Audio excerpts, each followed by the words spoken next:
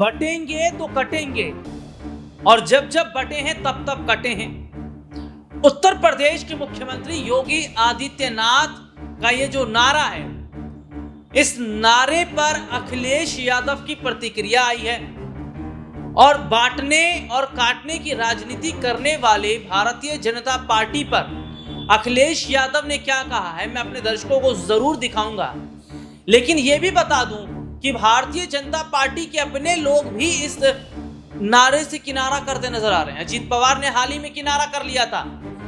और सबसे बड़ी बात जो ये दिलचस्प देखने वाली है कि यहाँ पर यह भी देखा जा रहा है कि जो हालात इस वक्त के बने हैं, देखिए हालात क्या बने कि जो बांटने काटने की राजनीति हो रही है, ये कहीं ना कहीं वोट पर असर डालेगी। और हाल आरएलडी प्रमुख जयंत चौधरी ने भी कहा था कि ये योगी आदित्यनाथ जी के अपने बयान है, ये उनकी अपनी राय, में उनके इस राय से सहमत नहीं रखता। तो ऐसे में देखा जा रहा है कि भारतीय जनता पार्टी जहां इन नारों से किनारा कर रही है, तो वहीं समाजवादी पार्टी ने कहा कि भारतीय जनता पार्टी चुनाव हार रही है। भारतीय जनता पार्टी 9 सीटों पर इनको झटका लग रहा है, इसीलिए तो उन्होंने चुनाव की तारीखों को आगे बढ़वा दिया, इसीलिए तो ये बांटने काटने की बात कर रहे हैं। लेकिन बांटने काटने की राजनीति करने वालों के खिलाफ जनता खड़ी है। उन्होंने कहा कि डबल इंजन की जो सरकार है, ये सरकार मेल आपस में नहीं खा रही, क्योंकि प्रधानमंत्री नरेंद्र मोदी कह रहे हैं कि नेक रहेंगे तो सेफ रहेंगे, एक रहेंगे तो नेक रहेंगे, सेफ रहेंगे। योगी आदित्यनाथ कह रहे हैं बटेंगे तो कटेंगे। तो ऐसे में सीधे सीधे तौर पर जो स्थिति इस वक्त देखी जा रही है, वो जाहिर तौर पर यह बता रही है कि क्या योगी आदित्यनाथ का ये नारा उन पर ही तो भारी नहीं पड़ जाएगा। योगी आदित्यनाथ ने बांटने काटने की जो राजनीति शुरू की है, योगी आदित्यनाथ ने क्या कहा है, जरा अपने दर्शकों को सुनवा देते हैं। राष्ट्र तब सशक्त होगा जब हम एक रहेंगे, नेक रहेंगे, तभी नेक रहेंगे। बटेंगे तो कटेंगे। आप देख रहे हैं ना, बांग्लादेश में देख रहे हो ना,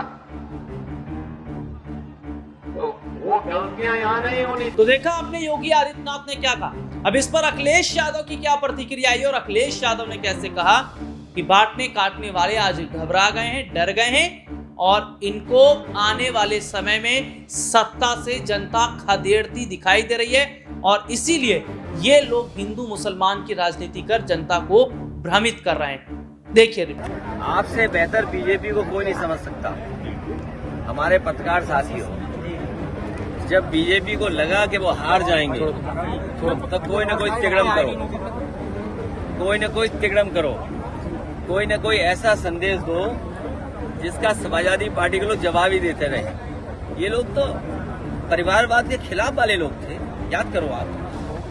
जो लोग परिवारवाद के खिलाफ थे, आज रिश्तेदारवादी कैसे हो गए, सोचिए आप। जो लोग परिवारवाद के खिलाफ थे वो रिश्तेदारवादी निकले। और मैं आपसे कह रहा हूं, गरहेल की जनता न केवल इस चुनाव में बल्कि 27 के चुनाव में जब सरकार बननी है, सरकार के चुनाव में भी ऐसा परिणाम आएगा, और ऐतिहासिक परिणाम तेज प्रताप जी के पक्ष में आने जा रहा है। जहां ऐतिहासिक परिणाम समाजवादी पार्टी के पक्ष में होगा, वहीं हार का ऐतिहासिक परिणाम भी भारतीय जनता पार्टी के पक्ष में आएगा। ये भारतीय जनता पार्टी वाले हवा बहुत बनाते हैं। याद कीजिए लोकसभा के चुनाव में क्या हवा बना रहे थे, और भारतीय जनता पार्टी के लोगों ने इतनी बदतमीजी की थी। आपको याद होगा कितनी बदतमीजी की थी इन्होंने, कितना गलत संदेश देने का काम ऐसे और कोशिश की थी इन्होंने। लेकिन क्या वो कामयाब हो गए थे? नहीं कामयाब हुए थे। और ये सरकार तो वो है जो किसान को खाद नहीं दे पा रही, डीएपी नहीं दे पा रही, महंगे बिजली का बिल दे रहा है। मैं आज भी आपसे कह रहा हूं, इस सरकार के किसी भी जिम्मेदार पदाधिकारी, मंत्री, अधिकारी से पूछो, अगर तुमने बिजली का कारखाना उत्तर प्रदेश में लगाया हो तो बता दीजिए। जो कुछ बिजली आ रही है, जो कुछ इंफ्रास्ट्रक्चर है, वो उसी समय के देन है।